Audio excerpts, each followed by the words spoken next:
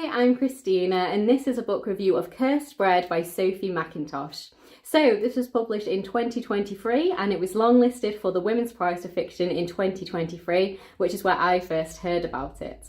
Now, from the long list, this is the book that I was most drawn to and most excited to read, which is why I picked it up first. And I have to say, I really enjoyed this book, so let me tell you a little bit about it. So it's set in a small town in France in the 1950s, and our main character is called Elodie. So she is the baker's wife and she works in the bakery with her husband, and then a new couple move to the town and they are an ambassador and his wife, who is called Violet. So basically, this story is about Violet and Elodie. They are the two central characters in this story. And the book itself is written in first person from Elodie's perspective. And then in alternating chapters, there are letters that Elodie has written addressed to Violet. So the story itself has the themes of obsession, longing and desire, and there's definitely a lot of resentment and bitterness and hatred, I would say, in here. So Elodie feels very rejected by her husband in terms of sexually rejected, physically, emotionally, and I think she is incredibly lonely at times. And she tries to strike up a friendship with the new woman who has moved to the town, who is Violet. But it kind of turns into this very dark and disturbing and creepy obsession that she has with this woman. And it kind of blurs the lines between wanting her and wanting to be her. And I have to say, I think this is the most accurate and disturbing representation of obsession I have ever read in a book. And it just has this wonderful undercurrent of tension throughout the whole story, so much so that it's very, very creepy and it is very disturbing. Now, in terms of genre, I would say this reads mostly like literary fiction, and obviously it's kind of a historical fiction setting, and I definitely think there are horror elements in this book. And another thing I have to say is that it's very, very weird. It's very difficult to follow at times, and I would best describe this as a fever dream. It is so confusing in places, and obviously intentionally so. And it is, yes, it's very weird, it's very strange. At times it's very difficult to follow what is actually happening. And it also, there's lots of times when you are questioning what is real, what is true, what can you accept to be the truth.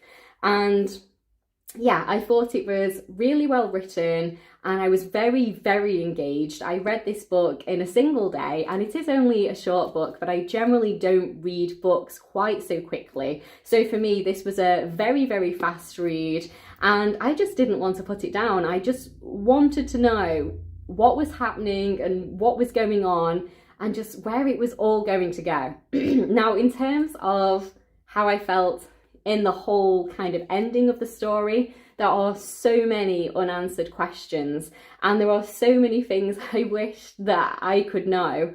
And I think this is one of those books that I will be sitting there for a couple of days, just kind of mulling it all over, trying to piece it all together and just trying to figure out what this book is actually trying to say at times.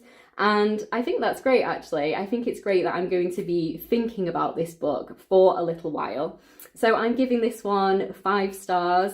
I think it was such a fast-paced read and I was so engaged, and I thought the kind of relationship between Elodie and Violet was explored so well. It is so disturbing and it's so creepy, and it feels like you are genuinely here with these characters. And I think because it's such a kind of, just the way it's written is so unusual. It's definitely unlike anything I've ever read before, and there are definitely times when you're not quite sure what is going on, and I think it does that really, really well. Now, the story itself is actually inspired about a real event that did happen in 1951 in a small town in France. There was a mass poisoning, and to this day, we still don't know why that happened. And this book tries to kind of look at that and explore it in a really interesting way, I think. And I think the characters of Elodie and Violet are so interesting. And I thought it was so kind of creepy and scary at times to see just quite how much Elodie was obsessing over Violet as a character. I think the character of Elodie feels like a woman who is just utterly defeated in her life, and at other times she kind of comes across as the ultimate survivor.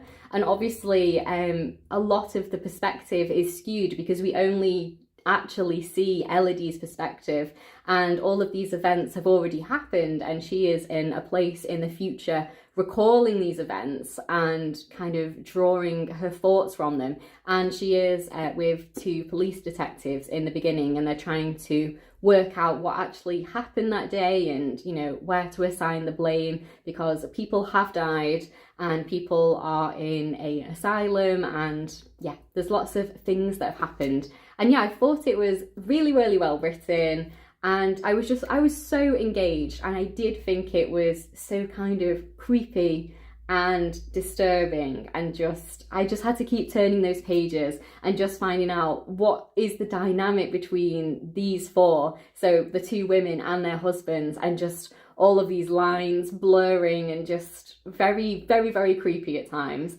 And yeah, I thought the characters themselves were really well written. I think some of them were kind of not fully explored, but I think because Elodie's the one telling you these things, and because she feels so rejected by her husband, and she always obviously doesn't really paint him in the best light. And yeah, I just think it's really, really good, and I really enjoyed it.